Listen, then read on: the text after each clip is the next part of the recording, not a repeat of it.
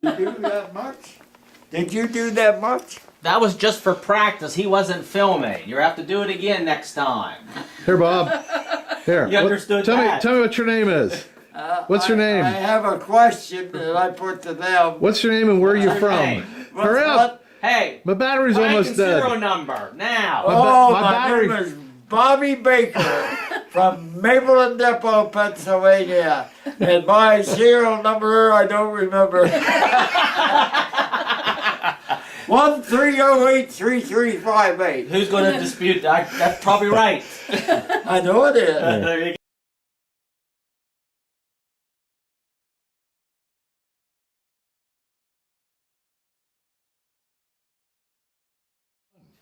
Well, when I was a child, we had a playground director at our playground, and he would have games, we would play games and all, and he would be there from like noon to around 8 o'clock or better, and we just had a good time. But I always had to be home at 4 o'clock when the sand company whistle blew, because that was dinner time, and we ate as a family. But then we'd go back to the playground to play and everything, and it was a rule in our house that we had to be home before dark. Just room stoves. We and the kitchen stove and a room stove. And the pipe went right up through the bedroom. And every now and then you would get too close, you'd get a hot shot. Was your family involved in the cable TV? Didn't they have something to do with? Yeah, my husband was in there. Well, my husband was. Yeah. For years, Tell us about that, because a lot of people don't know that story. Well, my husband was in there with Daryl Leonard, and he was in there for years, the whole time. And, you know, they'd go up on the mountain and take care of the TV up there and come back down and just kept it off all the time. What was his name? Mr. Trapp had a Clover Farm store. In fact, I worked there for a little while. And then Parker's had their little ice cream place, you know. And Weibel's had a good-sized store. Mrs. Snyder, she had a store. Gilbert's.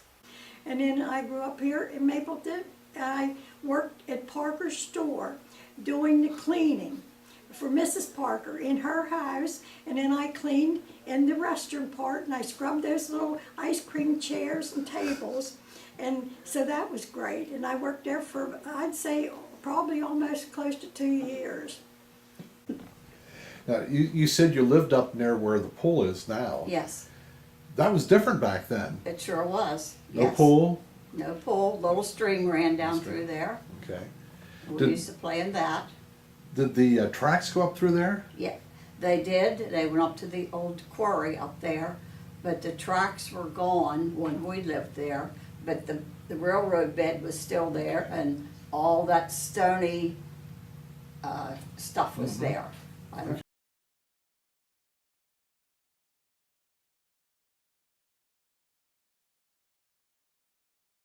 I was in the 5th and 6th grade. They had, in that particular period of time, they had airmail service. They picked up mail in Huntington, and then they picked it up in Mount Union. Well, what the airplane used to, it didn't land. It just grabbed it off the pole line. That airplane would come right down the river and go right down through the Narrows. Well, for the 5th and 6th grade up on the 2nd floor, when we heard that plane, Mr. Corbin let us get up and look out the window and watch the plane going, just flying down the river, right down through the Narrows. Swimming pool, skating, sled riding, just hanging out with all the kids from Mapleton. Did you ever get in trouble? No, I can't remember. No. Not really. Yeah. No. Occasionally. Yeah. Something I did get in trouble for when I was a teenager was my grandfather was in the hospital and my mom and dad and grandmother went to the hospital, and the last thing they told me was don't leave Mapleton in a car. And Joanne Wise and I left Mapleton in a car with Kirk Heister, and the roads were icy and we wrecked down in the Narrows. No one was hurt, but I remember Do Ramey saying, you guys shouldn't do that. And she had the store then, and there we came back in the tow truck and she's looking out the window and she gave us a lecture about we shouldn't have left town. I think that's about the only thing I can remember getting in trouble for. We had a train station, we could send telegrams, we could get on the train and go to Altoona or Lewistown. And, going to the stores, we'd get a penny, we'd run up to Parker's and spend it. Doing different. Art Parker over here, Snyder's was where this building's set, and in that old lodge building, IOM building. Bushoup had a restaurant down here. Gilbert's had a meat market. They had another store that sold a little bit of everything. Then they had their grocery store, and then they had another store with dry goods and candy and stuff. But Snyder's here, they sold shoes, dresses, dry goods, and they even had a warehouse in the back that they sold linoleum rugs and refrigerators and oil stoves, and that's what I said, you could get everything here in town. And then there was the post office, and then Trapp's had a grocery store where the old bank building is. Trapp's had a grocery store. Then next to it, I was little, but I just barely remember. I think her name was Tilly Neese. Had a hat shop. Be in the corner of that parking lot there where the old bank building is. And my mother and dad said we had a large enough yard that we could stay in that yard and play, and we did. My mother made my clothes. I wore skirt. You didn't wear slacks in. That you weren't allowed. But my mother made me skirts, real full skirts. They were called broomstick skirts, and we wore them, and we wore glasses, and that was just about it. And knee socks. Do you remember much about the Centennial back then? I'm probably the only member of the committee that's left. Oh, really? Okay, you were on the committee back then. I was on the Centennial Committee. Okay. And I think I'm the only one left. So you had you grew the beard and wore the outfits. Road in jail, yeah. Remember? Being fire chief in Mapleton. Yes. Yeah, that's a great honor. It's a great honor to have been a fire chief in Mapleton and had so many young people working under me and learning under me, and hopefully I made an impression on some of them. Mike's one of them, I don't know.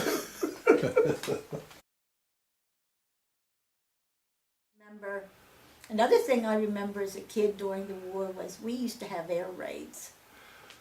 And they would blow the fire whistle, you know, and everybody had to go in and turn off their lights. And I can remember we used to gather at the neighbors, because sometimes we knew ahead of time they were going to have them.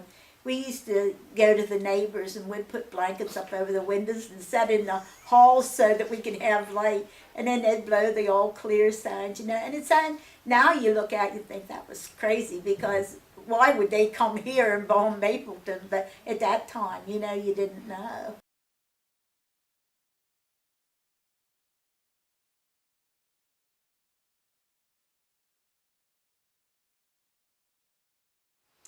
And then I will say that way back when, and then through the years, Mapleton was one of the nicest towns to raise your children. You felt safe to let them out. The neighbors would look after your children, and I would help with those that came into our place. So we had a really good time. And Reservoir Street, I remember my son Brian saying that every evening around 5:30, the kids gathered over there. Now, that would have been in more recent years. And have their playtimes. And you could just hear them yelling and just having a wonderful time. And then sometimes when we were kids, there was native trout up in that stream, and we done quite a bit of fishing up there. This is for just something to do. We were inactive, and we just, whatever come up we wanted to do, that's what we done, really, to entertain ourselves. I just remember how my dad would always, if there was kids in the car, he would always give kids extra treats. He would give them, if it was hot in the summertime, he'd sneak popsicles out and give the kids. And lots of times he'd put extra bananas in the bags for kids to eat in the car. And then I remember Mike Corbin coming up with a trick. He pulled in the gas station one day, and he had dummies in there sitting. And I went running out because I thought he was going somewhere with somebody that was sick, and they were not real people, and he was on the way out of town, and I thought there was something wrong with someone. I remember when I was younger, Brownie Heaster, when Brownie built his new house, he had a store down below, and I worked there. He had a store, he sold all kinds of his electrical things and piping things, but then he had, you know, medicine, like your aspirins and your things for injuries and things. Brownie sold everything. And he put me to work there when I was 14 years old after school. I worked like 3 to 7, like 3 or 4 days a week, and then sometimes on Saturdays, because Brownie knew I could use some extra money when I was growing up. And so Brownie gave me a job there, and I'll never forget that. And I worked there till I graduated from school. You know, and it was something I could do. I could walk over to work, you know, and his wife Phyllis always fed me my dinner in the evenings. You know, that was a special thing that I remember from people in town. That was just a neat thing. She'd always come down and say, I'm making dinner. Do you like this? Or would you like this? And I said, whatever. And I'd sit there and I could do homework because it wasn't like it was a busy place, but people were always in and out of that store. Right. Well, they come down in the alley. They were taking a walk, her and Eunice McCarl that lived up on the hill. And she told me that our house was the first house in Mapleton that got electricity. And the band come out and played that night when they turned the electric on. So That's you pretty know, cool. we've been, I don't know, we've been here for 60-some years. I don't know, you know, Bankstown, there used to be the old dinky. We live Right. The dinky track's still there. Yeah. I mean, every once in a while, we still find some old railroad spikes. I've got a couple pieces of railroad up, because they said my granddad Arnold actually used to run that dinky. Now, Okay. I don't know for sure. Yeah. There used to be a little sand works right there across from Mary Wise. There's still concrete pillars in there. There's, you know, pads, right behind the cemetery.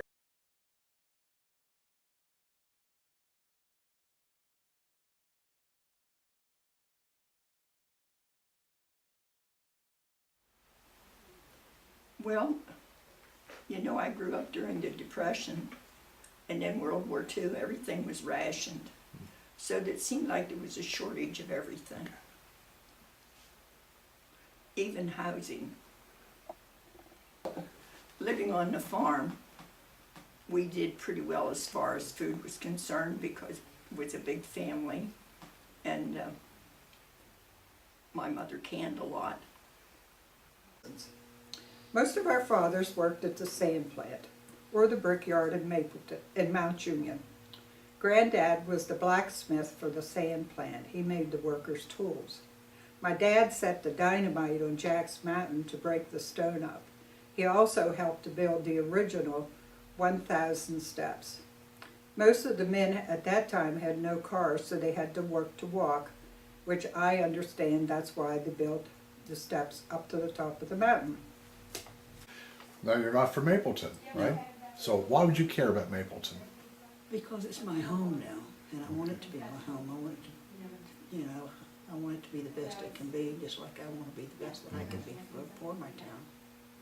Well, the people are so caring, and I say that, and I was surprised that it was like that, because when I first moved to the area, I was going to move to Mapleton, and people said, well, why do you want to move to Mapleton? It's such a small little town. Well, I was always from a city. I've never lived in the country. And I saw these mountains. I fell in love with the mountains. That's what I like most of all about the area.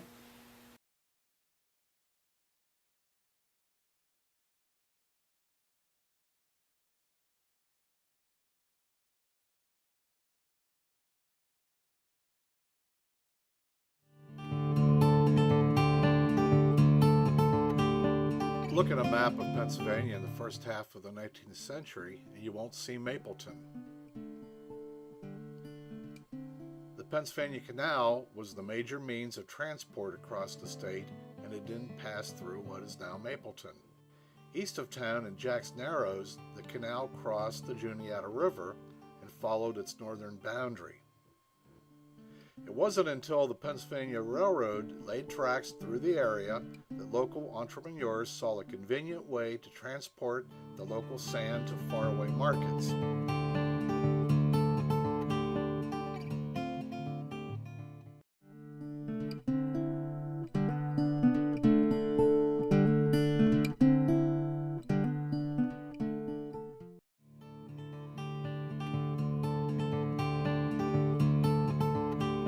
Commercial development of glass sand quarries in the vicinity of Mapleton began in the 1850s. A number of plants were established by various owners, including the Southside Plant, Glendower Works, Juniata White Sand Company, Keystone Works, and numerous smaller operations. The Mapleton area contains high-quality deposits of the Oriskany sandstone. Its low iron and clay content made it an ideal sand for making glass. The growth of this industry led to the establishment of Mapleton and its incorporation in 1866. In 1902, the Pennsylvania Glass Sand Company was created, which in time combined the interests of all Mapleton sand companies into one. The firm constructed the present Keystone plant in 1924. This operation continues today as a producer of high-quality sand products. The Oriskany sandstone is found in outcroppings on the west side of Jack's Mountain. Famous American painter Thomas Moran once created a scene that shows the beauty of these outcroppings. At higher elevations of Stone and Jack's Mountain are found deposits of the Tuscarora quartzite sandstone. Unlike the Oriskany, the Tuscarora is a very hard, weather-resistant rock that is not suitable for the production of glass. However, as the giant steel mills of Pittsburgh ramped up production at the end of the 19th century, the demand for refractory brick grew.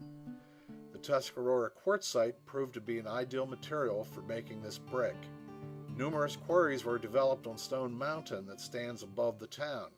Rock was transported to the silica brick operations of Mount Union along tracks with carts pulled by mules. In later years, small steam locomotives were used to convey the sandstone. With the demise of the steel industry in Pennsylvania, these quarries ceased to operate. However, the many trails left behind where sandstone was once transported provide numerous opportunities for hiking. The railroads and sand industries brought prosperity to the community. With the rail station, the Pennsylvania Railroad made numerous daily stops to town. A hotel was built along with various stores, a bank, and Parker's soda shop. Mapleton even had its own newspaper and bank. Some stores like Andrew's Feed Mill have been in operation for over 100 years. The streets of town were lined with maple trees and willows. It's not hard to see where the name Mapleton came from.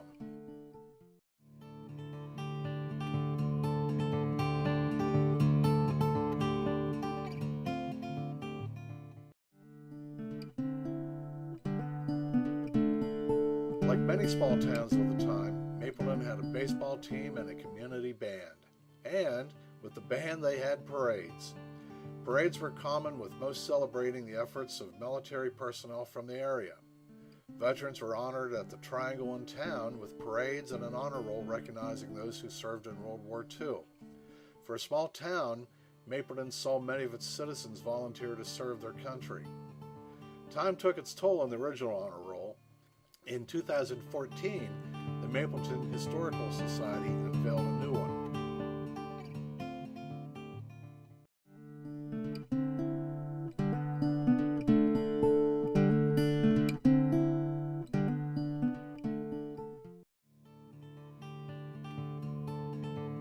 For over 75 years, Mapleton has had a river gauge that has monitored the Juniata River through drought and floods. In 1994, Ivy Buchanan was recognized by the National Weather Service for operating the river gauge for over 50 years.